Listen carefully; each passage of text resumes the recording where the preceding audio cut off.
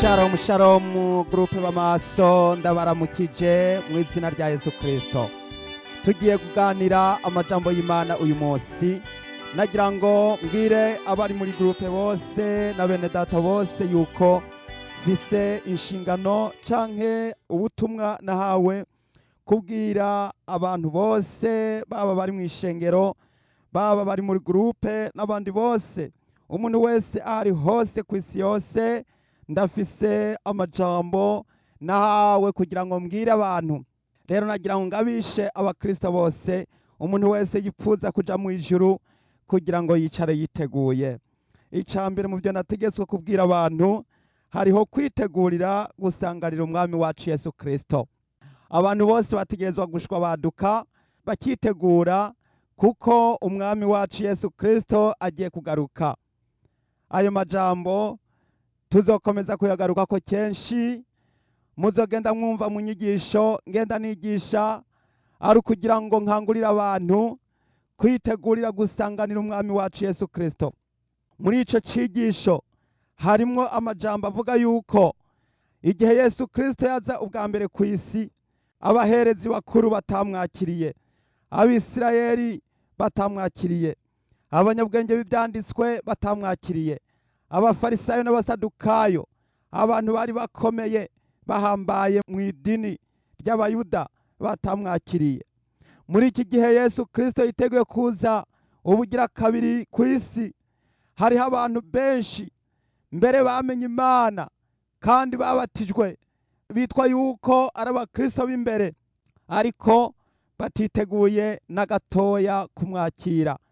Nukuvuga yuko Yesu igihe azozira azosanga abo bantu batiteguye, abo bantu bazomaramara, kuko Yesu igihe azozira azoza gutwara barya bantu mbere batamenyekana, abantu mbere utona biha, no kuvuga abana bato, abaciye bugufi, aboro, abakene, ibimuga n'abacumbagira, abo nibo bazotahanwa mu bwami bwo mw'ijuru.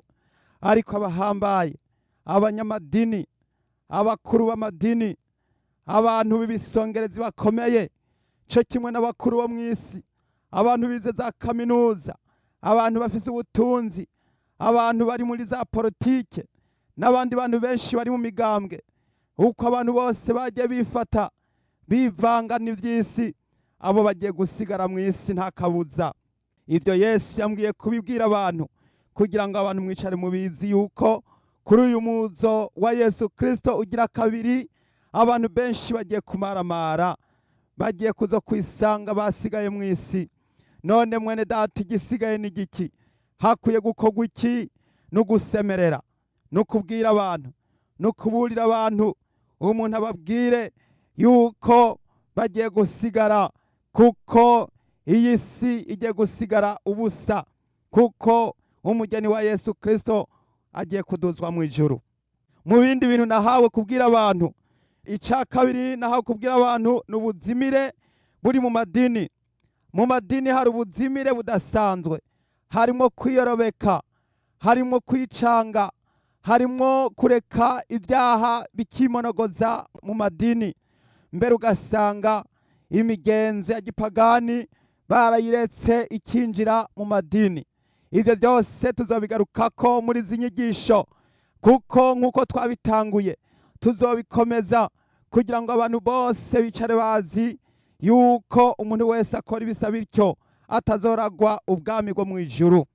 Mwene data, wewe wubatse ku idini, wewe wicaye ku cubahiro, wewe wicaye ku izina, wewe wicaye ku migenzo, ndagira nkubwire yuko uzosigara wiburase, uzosigara uraba imisozi, uzosigara weraguza amaso, ariko umugeni yaduze. Mwene data, wasanga uri n'ugutwi niwumva ico mpwemu abwira amashengero, wongere guta amadini, wongere guta ivyubahiro, wongere guta kwibona no kwishira hejuru. Kandi umenye yuko amadini yose ya kino gihe, kubera yuko bamaze gukurikiza imigenzo y'isi n'iya gipagani, abo bose bagiye kuzosigara. Nawe rero igikwiye nuko ugomba gufata iyihuta ugahunga, ugahungisha amagara yawe, ugahunga ntupfe. Ikindi cya gatatu mu byo nabwiwe kuzobwira abantu, kubera amaso ubugingo bwawe, ni ukubwira abantu ngo umuntu wese ahari abere maso ubugingo bwiwe. Bamaso mwene data, usuzume kuko mu ngeso zawe no mu bikorwa byawe. Yesu ariko araraba asanga atabikorwa bisozerewe imbere y'Imana. Hari ibintu byinshi byasanzaye, hari ibintu byinshi byasenyutse, bigomba gusubirwamwo, bigomba kurepagwa, bigomba gusubirwa gukorwa. Ivyo nyene bidakozwe uzosanga usigaranye navyo. Nico gituma mwene data ugomba gusubiramwo ibintu, ugatunganya ingeso, ugatunganya ubugingo bwawe, n'ayahandi hoho uzosigara mu isi. Icya kane mu byo nabwiye kuburira abantu, ni ukwirinda kugira ngo hatagira ugutwara igitsibo cawe. Abantu benshi baratwagwa ibitsibo, bagahendwa na bagenzi babo, bagahendwa n'abo bakorana, ukamuhenda akamuhendagiza, aho kugira ngo avyure umutwe, aho kugira ngo yinanate, ariko wa wundi agacinyiza agasubiza hasi. Mbere abandi ugasanga babagize nk'ivyuririzo, abandi bakabagira nk'ingazi. Ugasanga umuntu abayeho akurikiza ibyo abonanye naka, akagendera kuri naka. Ndagira nkubwire yuko mu bimenyetso Yesu Kristo yaburiye abigishwa biwe, yarababwiye ngo mwirinde ntihagire ubazimiza, kuko benshi bazoza mu izina ryanje. Uno munsi benshi bamaze kuza bita abakristo, bita abakozi b'Imana, bita abavugishwa n'Imana, ariko ugasanga ivyo bakora ntaho bisa bihuriye, ivyo bavuga ntaho bisa bihuriye. Kamere zabo zaramaze kubitanya imbere mu kubagiriza. Ivyo nivyo bizoza batanya imbere mu kuja mu rubanza. Nico gituma rero ugomba kubera amaso ubugingo bwawe, kugira ngo hatagira ugutwara igitsibo cawe. Mu zindi ngingo kandi, ingingo igira gatanu, ni ukuvuga ngo kuburira Sodomu na Gomora ya kino gihe turimwo, kuko igiye kurimbuka. Kuburira abantu, isi y'uno munsi igereranywa ni Sodomu ni Gomora. Ubwo butumwa bwiza nabuhawe kugira ngo mbwire abantu bicare bazi neza yuko iyi si turimwo igiye kuzorimbuka, kandi izotongozwa umuriro. Kandi uwo muriro niwamara gutongora isi, abantu benshi bagiye kurimbuka, bagiye guhona. Rero izo nyigisho zose tugiye kuzozisangira na bene data. Mwene data nagira nkubwire ngo mwicare witeguye, hanyuma dufate igihe gikomeye ciza cyo gusenga, dufate igihe ciza cyo gusenga kugira ngo dusengere imitima yakira, imitima yemera inyigisho. Mwene data, hariho abantu benshi bakengera ubutumwa, ugasanga ubutumwa babwumvirije ntibashaka kubukurikiza, ntibashaka kubugendera. Ariko ndagira nkubwire yuko umukozi yatumwe kuri wewe ntabwo aba atumwe gusa kuri uko gusa, haba hariho icabitumye. Ari naco gituma kuba iyi gurupe b'amaso yarashizweho, no kugira ngo abayirimwo bose bikangure, bamenye yuko ibihe bitakiri nka vya bindi, ibihe vyarahindutse. Rero ubu butumwa bwiza buriko buravugwa, ndagira ngo ndarikire umuntu wese aho ari hose yicara azi neza yuko iyi mburi yaje kuri wewe, kandi iriko iraza kugira ngo utega amatwi maze wumve, kugira ngo wa munsi uzomenye ico wireguza n'ico uzishura. Nta muntu n'umwe azogira ico yireguza atari ukwireguza gusa yuko yakijijwe, yogejwe n'amaraso ya Yesu Kristo. Rero mwene data, izo nizo nyigisho muri ico gihe tuzokwigisha ibijanye no kubaka Kristo, ibijanye n'umwifato, ibijanye n'ingo. Mu ngo hari ibibazo, mu ngo hari ingorane, mu ngo hari amatati, mu ngo hari kutubahana, eka mu ngo hari byinshi. Ni ukuvuga usanga mbere n'abana b'abakozi b'Imana bitwara uko bishakiye. Muri ico gihe hari mu inyigisho tuzokwigisha ingo, tukigisha abavyeyi, tukigisha n'ugwaruka, kugira ngo habeho kunaguka, habeho kuvugurura. Kandi muri iki gihe kandi duhamagarirwa gusenga, tugasenga cyane kugira ngo dusengere umuntu wese, dusengere imiryango, dusengere abantu bafise ingorane, dusengere abantu bafise ibyago, bafise amakuba, imitwaro itandukanye. Ico nico twahamagariwe. abantu bose, umuntu wese. Rero nico gituma twama tuvuga tuti tuzokwama duhamagara imitwaro itandukanye kugira ngo abantu mwese mufise imitwaro mukomeze kuyizana, hanyuma maze tuyisengere, maze Imana ikomeze kubazigama no kubagirira neza. Nuko rero Imana ibahezagire. Izi nyigisho zose tuzogenda tuzisangira. Ndagira ngo mbwire umuntu wese ahari yitegure, kuko tugiye kwinjira muri izo nyigisho, kandi tutibagiye yuko tuzokomeza gusobanura no gufatanya no gusangira amajambo y'ubusobanuro bw'ihishurirwa ry'intumwa Yohana, igitabo cy'ibyahishuriwe Yohana, kugira ngo dutahure, kandi abazoba bafise ibibazo mwese mugategerezwa kubibaza. Abipfuza gusobanukirwa, kuko hariho n'inyigisho usanga benshi batasuye kuzumva no kuzitahura, abandi ugasanga ni bashasha mbere. Abo bose tuzogenda tugaruka ku nyigisho z'ubusobanuro bw'ibyahishuriwe Yohana n'ubusobanuro bwa Daniyeli, kugira ngo mbere ndetse n'ibindi bitabo byose bisobanura iby'ibihe by'imperuka turimwo, kugira ngo abantu batahure kandi bamenye igihe c'imperuka, kandi bicare biteguye, babe maso, babere maso ubugingo bwabo. Nuko rero Yesu abahezagire. Muri kano kanya tugiye gusangira ijambo ry'Imana, maze Yesu abagirire neza. Reka tubanze dusenga Imana. Data ugororoka, ndagushimiye cane, wera Mana yo mwijuru, nushimwe nuhabwe icubahiro. Muri kano kanya keza Mwami, ndagushimiye, izina ryawe rihabwe icubahiro. Hezagira iri jambo ryawe Mwami, tugiye gukomeza gusangira, maze wiheje icubahiro mu bugingo bwacu, maze wari wese agiye kumva iri jambo ryawe akomeze kuzigamwa no kurindwa, maze yezwe kandi atunganywe. Ndabisabye mu izina ry'uwatwitangiye Yesu Kristo umwami wacu, amen. Jambo ry'Imana tugiye gusangira rikubiriye muri aya majambo avuga ngo gutaha ubukwe bw'umwagazi w'intama. Hariho kandi ubukwe bw'umwana w'umwami arongora. Nuko rero muri ico gihe kandi turabona ngo kutambara impuzu y'ubukwe bishatse kuvuga iki? Nk'uko ayo majambo tuyasoma mu butumwa bwiza bwa Matayo igihimba ca 22 umurongo wa 11. Ariko kugira ngo dusobanukirwe aya majambo, duca turaba aya majambo neza igihe Yesu Kristo acira umugani abigishwa biwe kubijanye n'ubukwe bw'umwana w'umwami. Matayo 22 umurongo wa mbere. Yesu yongera kuvuganira nabo mu migani ati ubwami bwo mwijuru busa n'umwami atahisha ubukwe bw'umwana wiwe arongora. Atuma abagendanyi biwe ngo bahamagare abatorewe gutaha ubukwe banka kuza.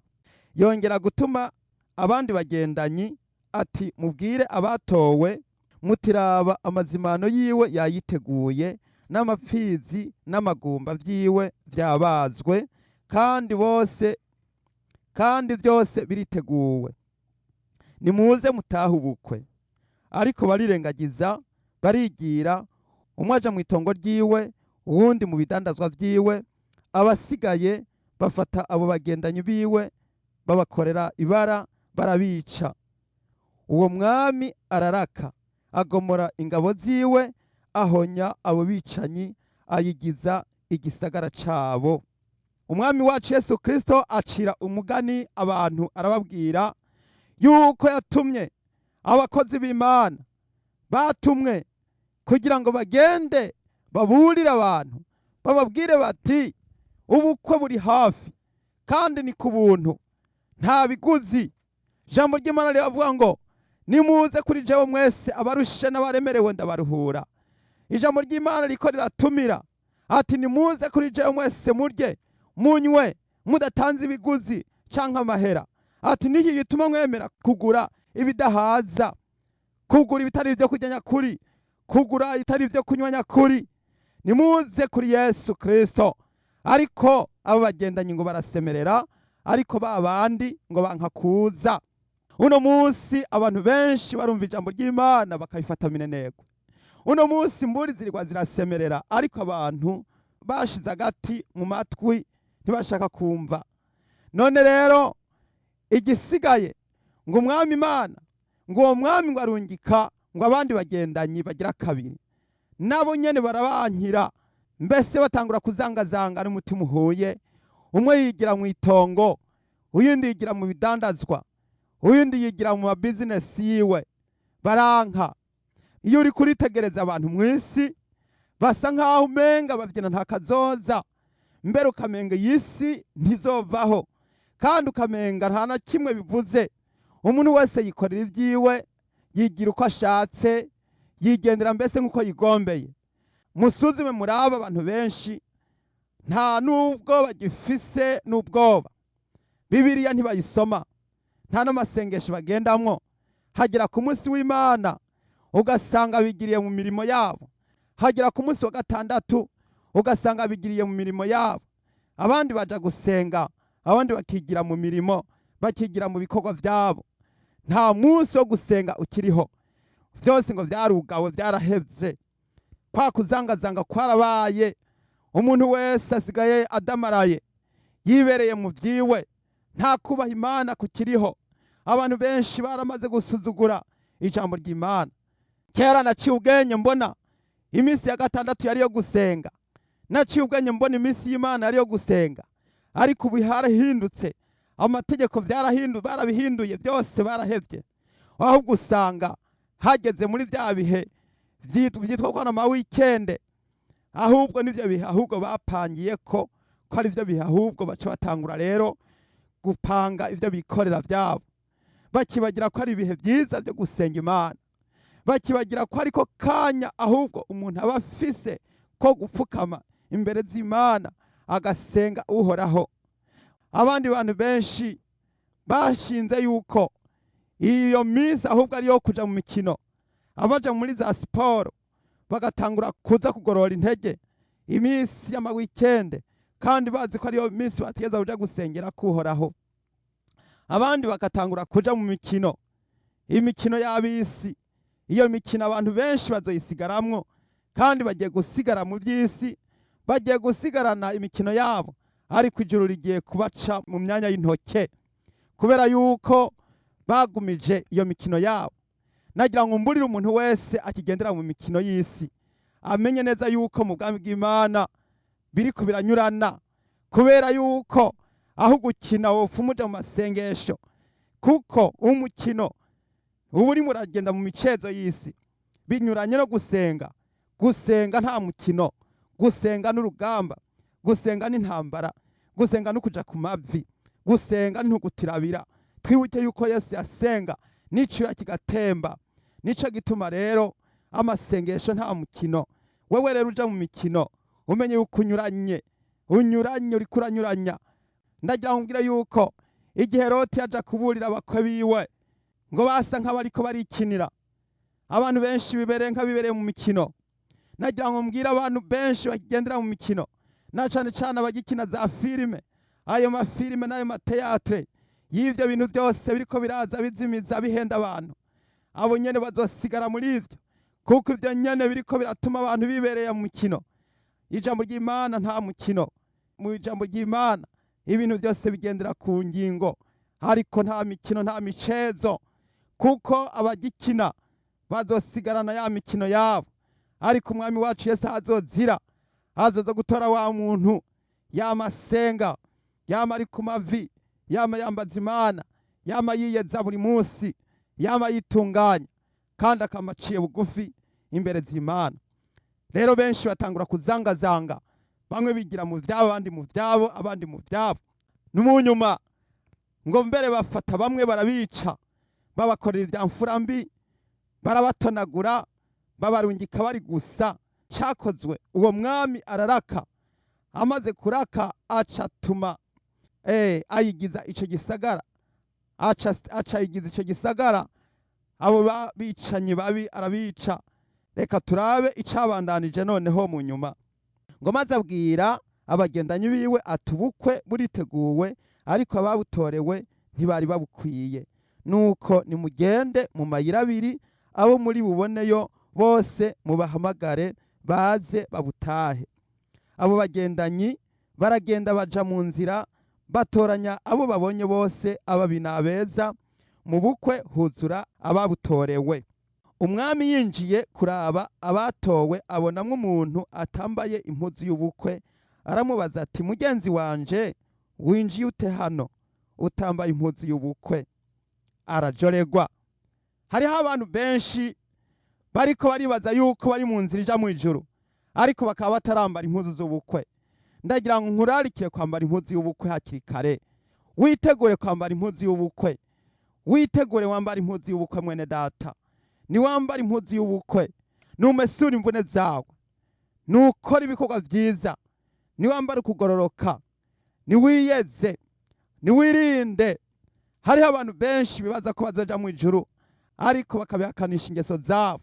Mwene data, wirinde wisuzume kugira ngo ntiwivange. Abivanze ntibazoraga ubwami bwo mu ijuru. Abivanze, wewe ukigendera mu vy'isi, wewe ukigendera mu migambwe, wewe ukitwawe na za politike, wirinde, kuko abari mu migambwe bazosigara mu isi, abari muri za politike bazosigara mu isi, abakigendera muri za Jeux Olympiques bazosigara mu isi, abakigendera mu butunzi bwo mu isi bazosigara mu isi. Eheraba jambo ry'Imana riravuga ngo ukugororoka kwanyu ni kutaruta uko abanyabwenge n'abafarisayo, ntimuzoroha mwinjira mu bwami bwo mu ijuru. None ukugororoka kwawe ubwo kuraruta uko abapasitori, kuraruta uko abashehe, kuraruta uko abantu bitwa ko bari imbere mu vyubahiro. Ugomba kugira ukugororoka kuruta uko abandi bize teology, babandi bize za kaminuza, babandi bize ivya justice, ivy'amategeko. Ugomba kugira ukugororoka kubaruta. Niko Yesu yavuze ati ukugororoka kwanyu ni kutaruta uko abanyabwenge n'abasadukayo. Abanyabwenge bari abantu bakomeye, abanyabwenge bari abantu bayoboye amadini, abanyabwenge bari abantu bavuga rikijana, abanyabwenge bari abantu bakomeye, ariko niwe ugomba kuja mu ijuru. Mwene data, ugomba kurengana, ukarengana ivyo byose ama-etape bariko, ukagera ku rwego rwo hejuru yabo. Aho niho uzokwinjira mu bwami bwo mu ijuru, ariko bitabaye ivyo uzosigarana nabo mu isi. Ikindi kintu Yesu yavuze ngo icoroshe nuko ingamiya yoca mu zuru ry'urushinge, hako umutunzi yinjira mu bwami bwo mu ijuru. Mwene data, iri juru twumva tubwirwa twama turabwirwa, ntabwo ari ibintu bizoza gusa gutyo gusa ngo ushoke winjira. Hari umuririmbyi yaririmbye ngo umugabo nta bwenge yagiye atarwandiko, agira ngo agenda yinjira gusa, ariko ageze ku irembo baramubajije bati wewe zana urwandiko rwawe rwerekana imirimo yawe n'ibikorwa byawe. Araruhiga ararubura. Aho hantu ku irembo kugira ngo uzuhace nuko uzokwerekana urupapuro rwerekana imirimo yawe, rwerekana ibikorwa wakoze, ingene wafashije imfuvyi, ingene wafashije abapfakazi, ingene witayeho abatishoboye, ingene wirinze, ingene wihanganye, ingene wagize ukwizera, ingene waramirije mu bikorwa, ingene wirinze kwiyanduza, ukakomeza, ukirinda icaha, ukirinda ubuhumane, ukirinda n'ubuhumbu, ukirinda ishitwa icaha cose. Ikindi kandi Yesu yongera avuga ngo nimutirimbura, ngo mwicishe bugufi nk'umwana muto, ngo nimuzoroha mwinjira mu bwami bwo mu ijuru. Mwene data, ikidukwiye nuko tugomba kwicisha bugufi, kuko ngo abana bato baramaze kudutanga kwinjira mu bwami bw'Imana. Igikwiye nuko tugomba guca bugufi. Nico gituma abantu benshi batazoshika mu ijuru, kubera ko barishira hejuru, baribona, barirata, barikomantaza, aho kugira ngo barondera Imana, ariko ugasanga ngabo ahubwo riho bariko barishira hejuru. Iri ni ijambo ry'Imana ritubwira ngo twitegure gusanganira Yesu Kristo. Ndiko ndakubwira kugira ngo witegure, ndiko ndabwira umuntu wese aho ari hose yicaragavye, yicare yiteguye, hanyuma yirimbure, maze yikure ko amarabaga n'imyanda yose n'icitwa icaha cose n'ubuhumane bwose, hanyuma yiyeze, hanyuma yitunganye, hanyuma yambara kugororoka, maze ibisigaye yezwe atunganye. Jambo ry'Imana ririko riratubwira ngaha ku murongo wa 11 ngo umwami yinjiye kuraba abatowe abona nk'umuntu atambaye impuzu y'ubukwe. Aramubaza ati mugenzi wanje winjiye ute hano utambaye impuzu y'ubukwe? Arajoregwa. Ico gihe ntaco uzoronka wishura, ntaco uzoronka usubizamwo, ahubwo uzojoregwa.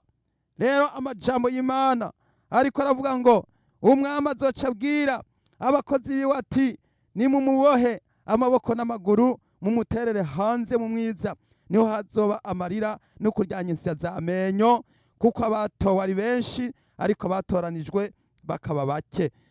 Mwene data, ese icompa abantu mwese bariko barumvira ijambo ry'Imana mukaba mwaratoranijwe, ariko nimba waratowe gusa ukaza muri gurupe ukinjira mu ishengero ariko ukaba utatoranijwe, ntiwumva yuko uriko urata umwanya w'ubusa, uriko urakorera ubusa, ukorera kuri zero kubera yuko uriko urata umwanya. Rero nagira nkubwire ngo ahubwo niwumve neza yuko watoranijwe, kuko bose baratowe. Abantu benshi barabatijwe, abandi benshi baremeye ivy'Imana baravyumva, ariko ntibavyakira muri bo. Ari naco gituma uno munsi benshi bataritegura. Yaba bari bamaze kwitegura, hari kuba hamaze kubonekana umutigiri ukwiriye w'igitigiri c'abana b'Imana. Ariko noneho abantu benshi baragararije, abantu benshi ntibashaka kwezwa, abantu benshi ntibashaka kwikorera umusaraba. Benshi bavuga bati ivyo byose ntaco bimaze. Ariko mwene data nagira nkubwire ngo nimuze dushake Uhoraho, nimuze twiyeze maze duturondere ubugingo, hanyuma rero duheze dusanganira umwami wacu Yesu Kristo. Yesu Kristo aravuga ngo nimugende mu mayira abiri, musemerere, mubwire abantu, mubabwire bose baze, ibimuga n'abacumbagira, impumyi n'abandi bose mubabwire baze. Rero igikorwa cacu tugomba gukora nugusemerera, nuguhamagara, kuko ubukwe buriteguwe kandi amazimana ariteguwe, amagumba yabazwe, amagumba anuze vyateguwe. Hasigaye iki? Hasigaye yuko umwe wese yakira umutumiro akaza kuri aya mazimano. Mwene data, Yesu abahezagire, Yesu abagire neza. Mwese abatumiriwe gutaha ubukwe bw'abamwagazi, ndakwipfurije kuzobana na Yesu, tuze duhurire mu bwami bw'Imana twese turi ku mazimano, maze tuze twakire ico Imana yaduteguriye aribwo bugingo budashira. Kaze rero tugiye gufatanya rino sengesho, hanyuma wewe wamaze kumva yuko hari ico ukwiye gukora uno munsi, uce urubanza hakiri kare, hanyuma wakire umwami Yesu. Wewe utari bwiyeze, wewe utari bwitunganye, iri jambo ry'Imana rije kuri wewe kugira ngo ubanze ureke ibindi byose, ariko ubanze urondere kwezwa, ubanze urondere guca bugufi, ubanze urondere kuba mutoya nk'umwana muto, kuko ngo utazoba mutoya nk'umwana muto nazokuruha yinjira mu bwami bwo mw'ijuru. Kandi ngo ukugoroka kwanyu ni kutaruta uko abanyabwenge nuko abafarisayo n'abasadukayo, ntuzoruha winjira mu bwami bwo mw'ijuru. Wirimbure maze ukora ibikorwa vyiza, wongere kuva mu by'isi, usezere icitwa icaha cose, ikintu cose kinyuranye na Bibiliya wongere kugita kure, maze wakire umwami Yesu Kristo. Kandi Yesu ateze ibiganza. Ijambo ry'Imana riravuga ngo mpamagara nanje ndakwitaba, hanyuma nkwereke ibikomeye n'ibihambaye. Nuko rero tugiye gusenga Imana kuri wewe wamaze guca bugufi. Dusenga Imana. Data wa twese, mwami w'abami, ndagushimiye, uri wera kandi uri Imana ikomeye. Nuhabwe icubahiro kuri ubu butumwa bwiza buriko burakangurira abantu bose kugira ngo bihane kandi bakizwe. Mwami wacu, duhe kwitegurira gutaha ubukwe bwa wa mwagazi w'intama, kuko Yesu agiye kugaruka. Nuko rero mwami, ndagushimiye kuri aba bene data bamaze kumva ijambo, ubagenderere kandi ubagirire neza, maze bicare biteguye bari maso. Ndasavye mwami ubuhagire, weze uyu mwene data ariko arapfukama, ariko arihana, ariko arasaba imbabazi. Data, umwezesha amaraso yawe igiciro kinini, amaraso y'umwagazi w'intama w'Imana atuvire ku musaraba, yongere kumweza no kumutunganya. Ndabigushimiye, izina ryawe rishimagizwe, mu izina ry'uwatwitangiye Yesu Kristo umwami wacu. Amen.